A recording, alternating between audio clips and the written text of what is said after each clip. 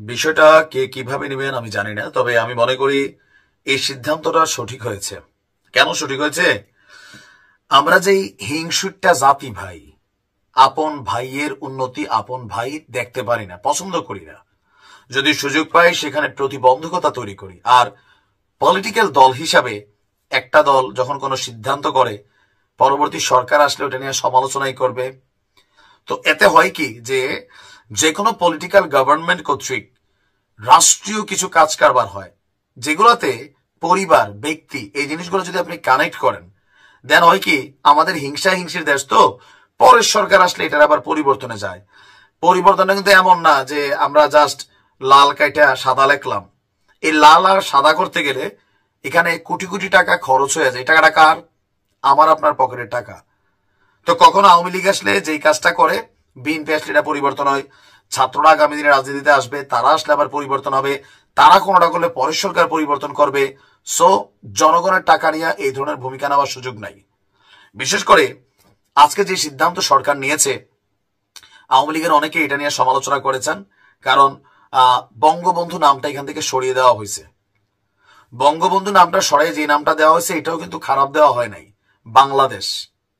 দর্শক, বঙ্গবন্ধু স্যাটেলাইট আওয়ামী লীগ সরকারের বেশ কিছু উল্লেখযোগ্য কি বলা যায় ডিপ্লোম্যাটিক বা পৃথিবীকে চমক দেওয়া কাজের মধ্যে একটা ছিল মহাকাশে আমাদের স্যাটেলাইট উৎক্ষেপণ, বঙ্গবন্ধু স্যাটেলাইট 1। এটার নাম আজকে সরকার পরিবর্তন করে রাখছে বাংলাদেশ স্যাটেলাইট 1। আমি এটাকে সাধুবাদ জানাই। কেন জানাই? আজকে যদি এটা বঙ্গবন্ধু থাকে, এখন বিএনপি সেটা কিন্তু করতো জিয়া স্যাটেলাইট 1 100%, অথবা জামাত আসলে করতো নিজামি স্যাটেলাইট 1, ছাত্ররা আসলে করতো আবু সাইদ স্যাটেলাইট 1। এর চেয়ে বেটার হয়েছে বাংলাদেশ স্যাটেলাইট 1।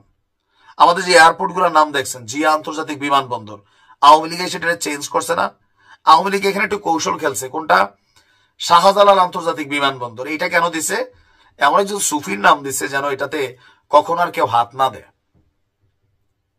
যদি বঙ্গবন্ধু দিত তাহলে এখন পরিবর্তন হইতো। কারণ এই মুহূর্তে শেখ হাসিনা, শেখ পরিবার, বঙ্গবন্ধু রিলেটেড যতগুলা নাম আছে যে পরিবর্তন করা হচ্ছে, রাষ্ট্রের কোটি কোটি টাকা কিন্তু খরচ করতেছে এই ইন্টারিম সরকার। আগামীতে জিয়ার সরকার যদি আসে, বিএনপি আসে, তারাও এই নামকরণের বেলায় খেয়াল রাখতে হবে। জিয়া অডিটোরিয়াম, জিয়া এটা, জিয়া সেটা, এগুলো কিন্তু আবার ধূপে টিকবে না, পরবর্তী সরকার আসলে বদলাবে। আর আওয়ামী লীগেরও এটা আমার থেকে শিক্ষণীয় বা অন্যান্য রাজনৈতিক দলগুলার, যে আমি যখন ক্ষমতায় আছি, রাষ্ট্রীয় সম্পত্তি যেমন পদ্মা সেতু, এটা কখনো নামে হাত দেওয়া লাগবে না। বঙ্গবন্ধু টানেল, এটা কিন্তু দেওয়া লাগলো কেন? এটা কি আওয়ামী লীগের ব্যক্তিগত প্রপার্টি? না, বিএনপির ব্যক্তিগত প্রপার্টি, যেগুলোতে করে রাখছে জিয়া অডিটোরিয়াম অথবা জিয়া হাসপাতাল, এরকম অনেক জায়গায় আছে। এগুলাতে হয়েছে কি, জনগণের টাকা পয়সা নষ্ট করা ছাড়া কিছুই না। যেগুলা রাষ্ট্রীয় সম্পত্তি, এগুলার নাম হইতে পারে ওই সকল ব্যক্তিদের নামে, যদি করেও যাদের পরিবার পলিটিক্যালি মুভমেন্টে নাই। 1952 থেকে আজকের দিন পর্যন্ত যেই মানুষগুলা পলিটিক্যালি মুভমেন্টের বাইরের ক্যারেক্টার ছিল, তাদের গুলা করলে অন্য দলগুলার অ্যালার্জি হয় না। যেমন যারা আওয়ামী লীগের বিপরীতে রাজনীতি করে, বঙ্গবন্ধু স্যাটেলাইট নামটা শুনলে এদের শরীরে খারাপ লাগে। আবার জিয়া সম্পর্কিত কোনো কিছু শুনলে আওয়ামী লীগের খারাপ লাগে। এই দেশের যে কোনো রাষ্ট্রীয় প্রপার্টির নাম হতে হবে রাষ্ট্রের গুরুত্বপূর্ণ নামের মাধ্যমে, অথবা আমাদের যে নদী নালা, খাল বিল, পাহাড় পর্বত, এরকম যেন কখনো কোনো সরকার আসলে এটা পরিবর্তনের দরকার না লাগে, টাকাও না খরচ হয়। একটা ফিক্সড নাম থাকতে হবে, এগুলোকে পরিবর্তন করা যাবে না।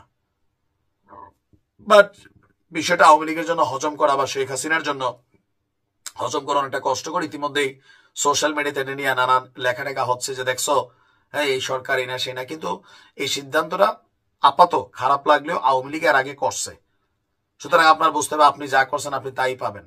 আর বঙ্গবন্ধু বা জিয়াউর রহমান, তারা আসলে নামের মধ্যে সীমাবদ্ধ না, তারা একটা অনুভূতির জায়গা। যে বঙ্গবন্ধুরে ভালোবাসে এমনি বাসে ভাই, ওই স্ট্যাচু মূর্তি বানাইয়া ভালোবাসা তৈরি হয় না। যারা জিয়াউর রহমানরে ভালোবাসে এমনি বাসে, ওইখানে নৌকার জিয়ার ছবি ধানের শীষ লাগাইয়া হয় না। এটা অন্তর থেকে অনুধাবন করার বিষয়। যারা ভালোবাসে তারা বাসবেই।